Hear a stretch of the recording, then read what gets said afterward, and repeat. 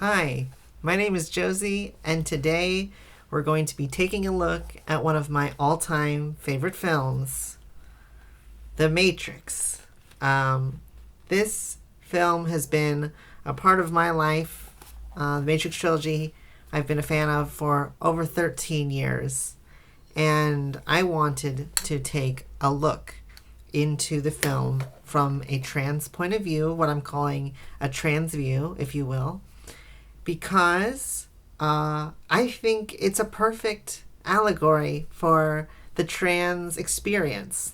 The Matrix came out in 1999, and the sequels, Matrix Reloaded and Revolutions, came out in 2003.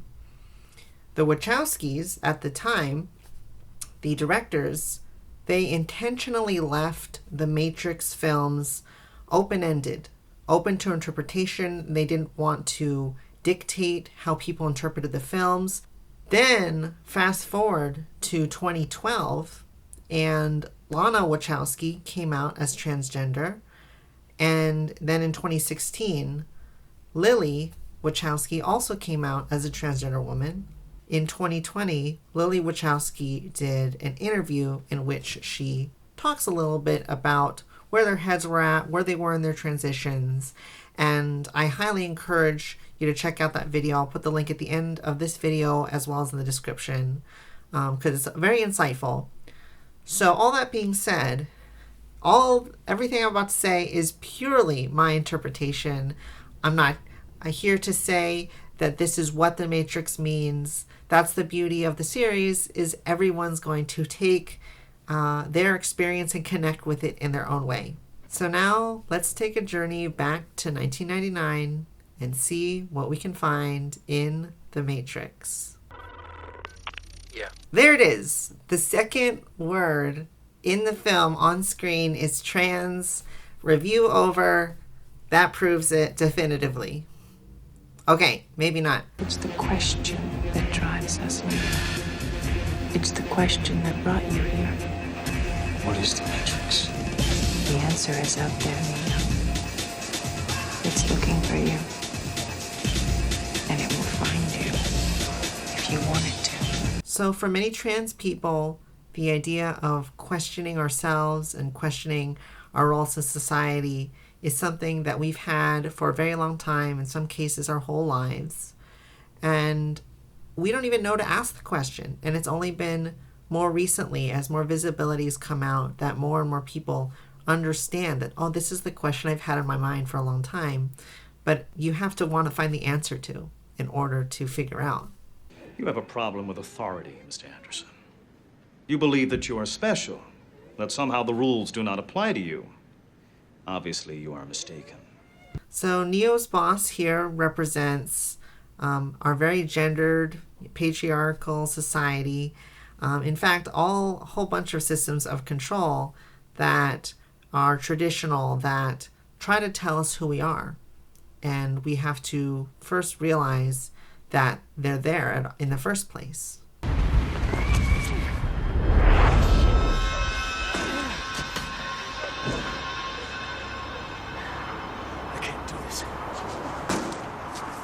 So here we see Neo terrified to take this leap of faith. And when we first begin to consider transitioning, it can seem really terrifying. And the fear and doubt can hold us back for quite some time, as we can see here. It seems that you've been living two lives. In one life, you're Thomas A. Anderson, program writer for a respectable software company. The other life is lived in computers, where you go by the hacker alias Neo and are guilty of virtually every computer crime we have a law for. One of these lives has a future, and one of them does not. Neo quite literally is living two lives, and this could not be more similar to being in the closet, where often we will have two sets of wardrobe, two sets of behaviors, identity, even names.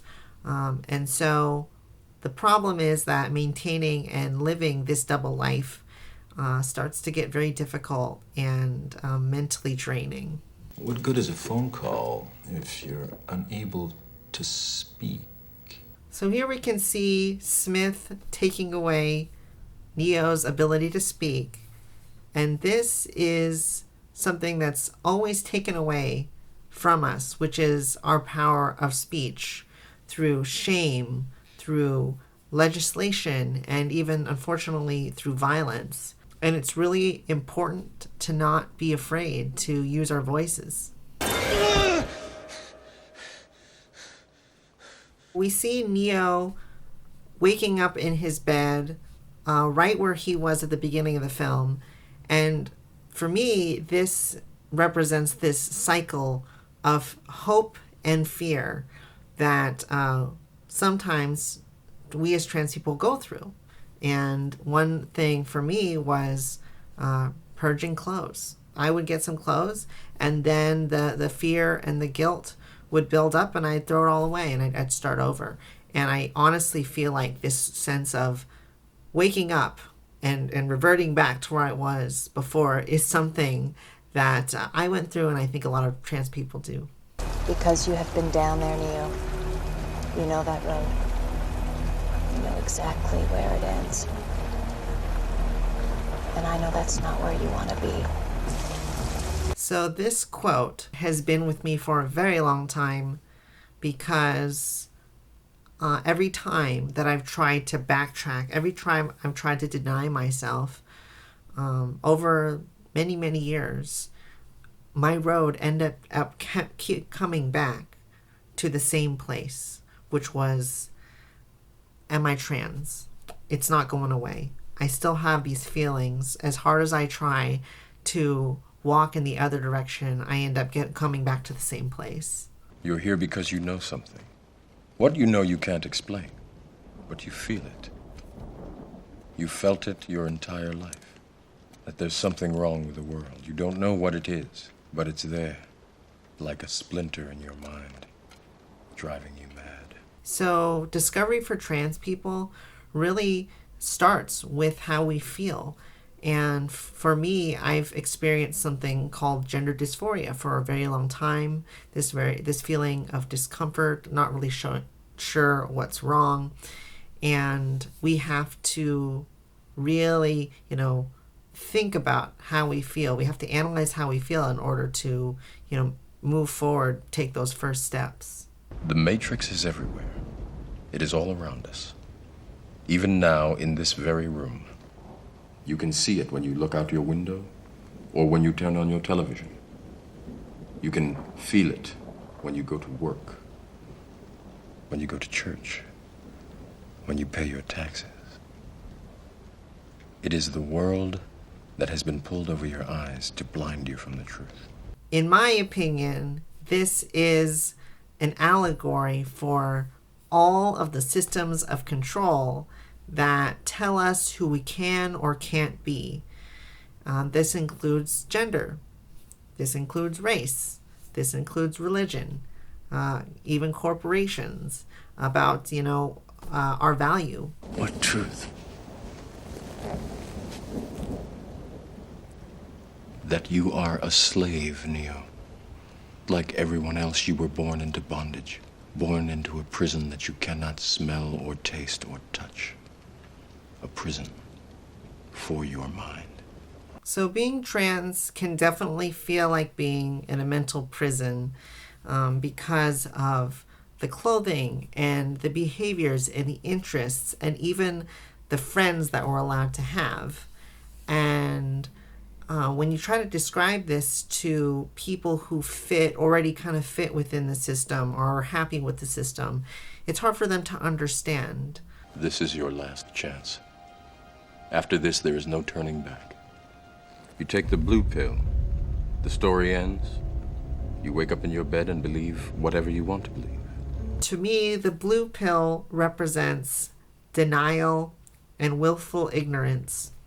And this is a choice to deny the truth.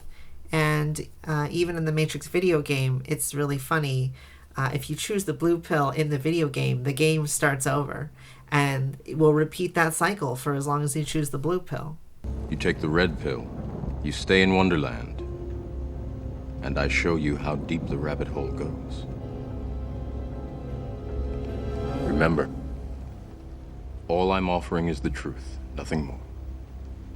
The red pill, on the other hand, represents the discovery of the truth. Even if you don't know the outcome of, for trans people, beginning that journey, taking that leap of faith is really critical. Neo has just been unplugged from the Matrix, and the visuals really represent and evoke this rebirth. And for trans people, this rediscovery of self can at first be really unnerving, raw, but and taking that plunge can be cold. That second puberty is sort of kind of relearning everything you know. You can see Neo here really having to go through both a mental and a physical transition. I can't go back, can I? No. But if you could, would you really want to? When we first admit to ourselves as being trans, there is an initial temptation to just backtrack and pretend nothing happened. And I certainly did this. But every time I thought about going back and trying to live my life as I did before, I couldn't bear it. I couldn't do it. No, even if it was easier, it was just not the truth, and I had to keep moving forward. We have a rule. We never free a mind once it's reached a certain age. It's dangerous. The mind has trouble letting go. Morpheus says it's more difficult for people who have been in the Matrix longer. And what I have noticed is that older trans folks and those of us with more years before we go on our journeys carry more and more baggage, having hid ourselves for so long and sort of the PTSD that builds up from that. And so because of that, I think it's really important to value mental health and mental therapy. And for those who are younger, those trans folks who can get mental health therapy earlier, I think that going on that journey sooner can really alleviate a lot of the difficulty that those of us who have transitioned later, a little bit later in life, have gone through. How did I beat you? You're too fast. Do you believe that my being stronger or faster has anything to do with my muscles in this place? You think that's air you're breathing now? So in this scene, we see Neo losing to Morpheus because he is still being bound by these rules. And this represents letting go of a lot of internalized beliefs, whether they're societal, religious, homophobic, transphobic. These are all things that can really hold us back from seeing the truth. And it's not until we start letting go of these things that we thought were true that we can start to make some progress. I know what you're trying to do. I'm trying to free your mind, Neo, but I can only show you the door. You're the one that has to walk through it. Transitioning is an active choice. It's something that only you as an individual can move forward with. But luckily, there are a lot of resources and mentors and people who can help us, find that door to unlock and start to walk through. You have to let it all go, Neo. Fear, doubt, and disbelief. Free your mind.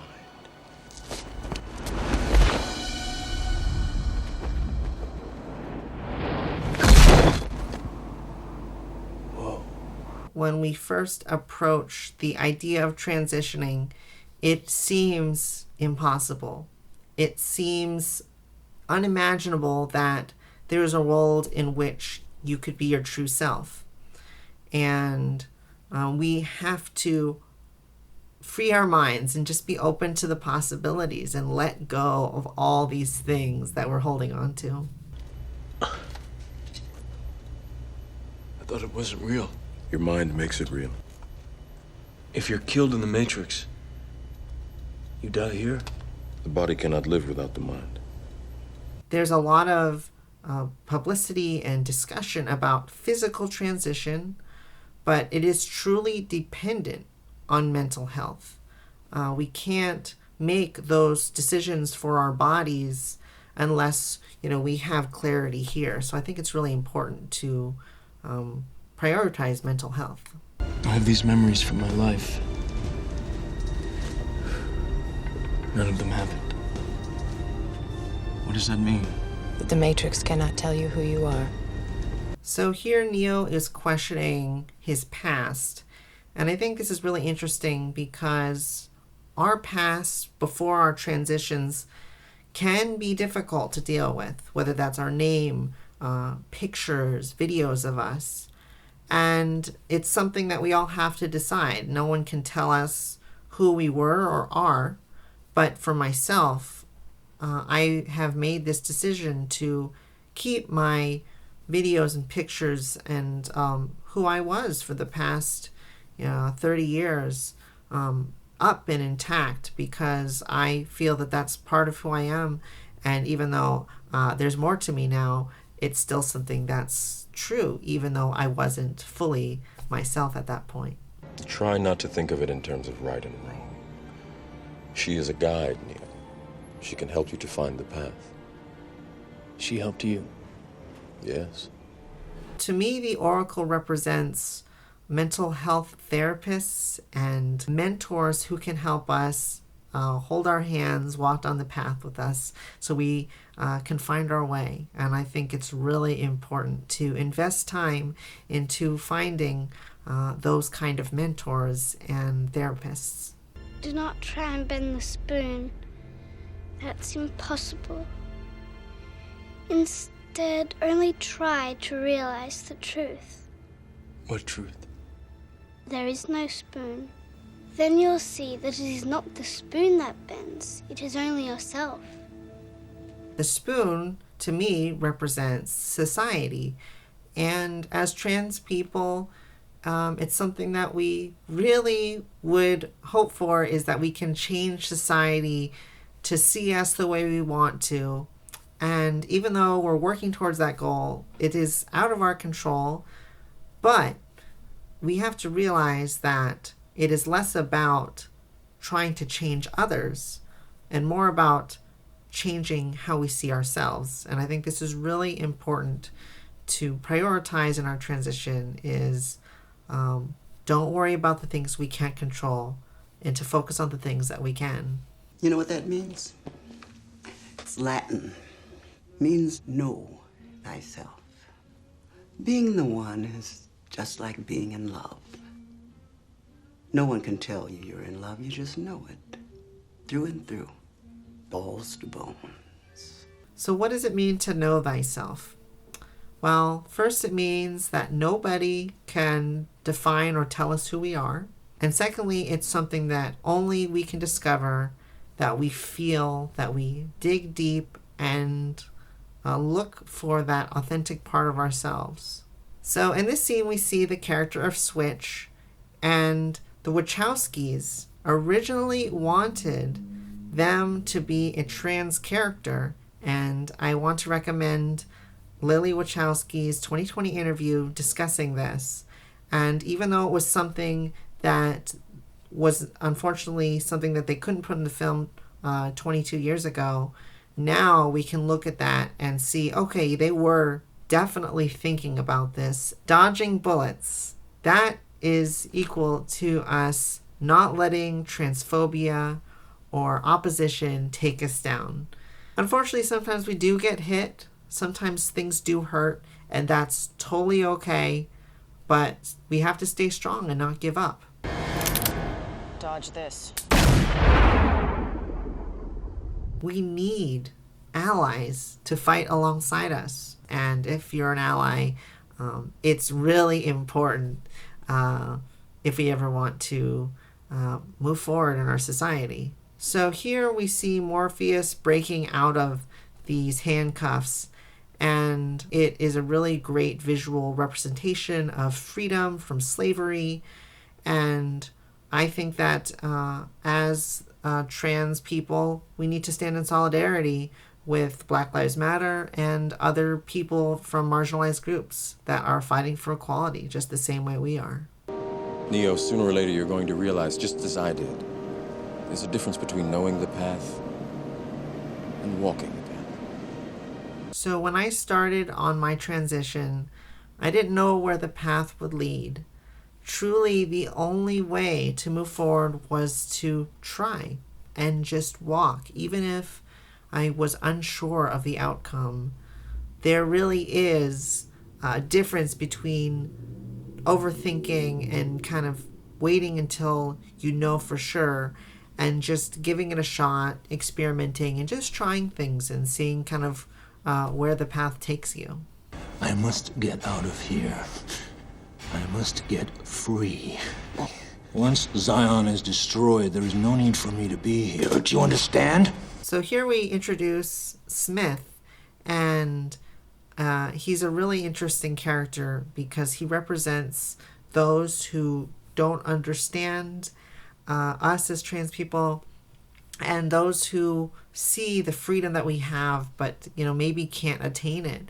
And so instead of trying to understand it, they try to destroy it. And unfortunately, there are people who kind of see our truth and have this negative reaction to it. So this is a really cool scene because it's shot in a kind of a perfectly mirrored way and shows this duality between Neo and Smith, where Neo represents this truth and his true self, but Smith kind of represents this almost void of identity, void of a self. Goodbye, Mr. Anderson. My name is Neo.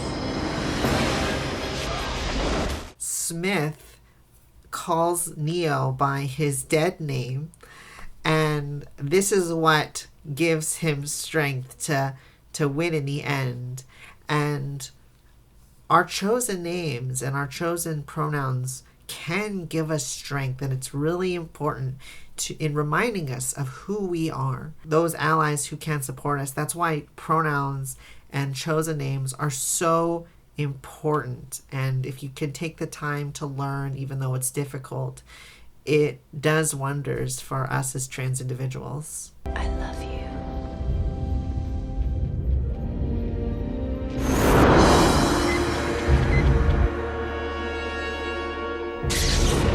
Now get up.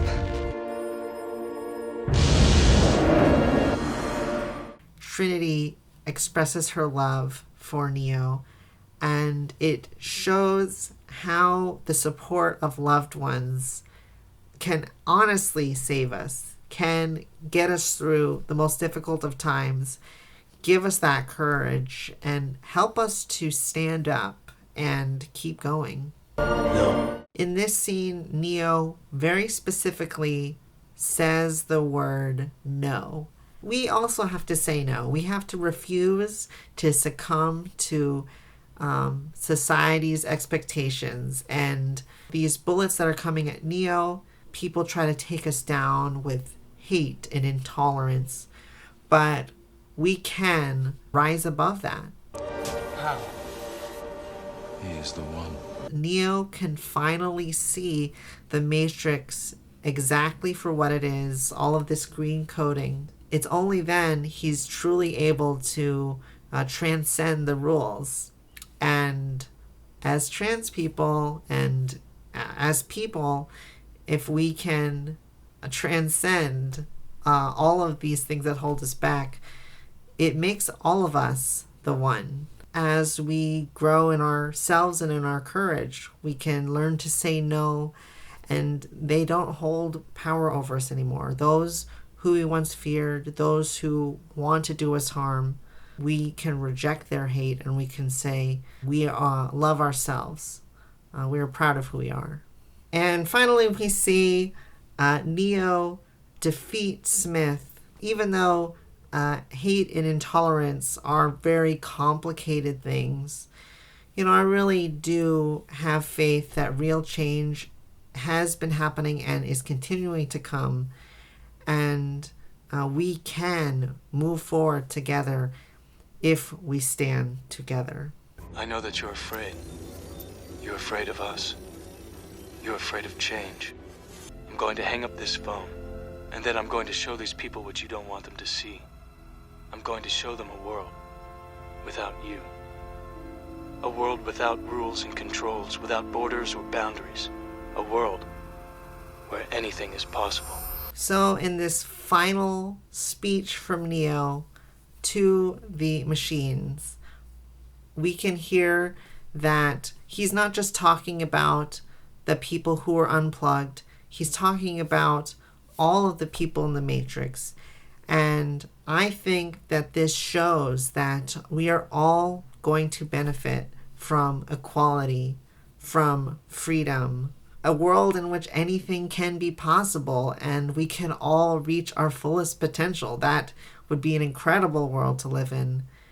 And right at the very end, we zoom past. It's a coincidence or not, but going right between the M and the F there, it literally, we are breaking past that binary of male and female and saying that you can be whoever you want. You can be anywhere in between. It's a spectrum. It is not just about those two boxes, but about limitless potential. And I think that is just a beautiful way to end the film. And finally, Neo flying away. It is just this visual representation that when we fully embraced ourselves, we are untouchable. If we love ourselves and if we see ourselves for the wonderful, special, valuable people that we are, we'll be able to fly higher than we ever did before. So that is it. Wow. Hopefully, if you made it to the end, thank you for watching. When I discovered the Matrix films in 2009, I didn't know my own truth. And then the Wachowskis, figured out their own truths. And I just want to say to Lana and Lily Wachowski, thank you so much for representing us and for showing me the door so I could walk through it. And I feel so much better for it. So I even, made one of my first costumes that I ever sewed was Neo from the Matrix. And it's never been more poetic for me to have had such a close relationship with these films. I am so excited for The Matrix Resurrections, and I'm going to be doing some predictions and some reactions to Matrix 4 coming very soon. So if that's something that interests you, please stay tuned. And until then, I will see you next time. Thanks for watching. Bye.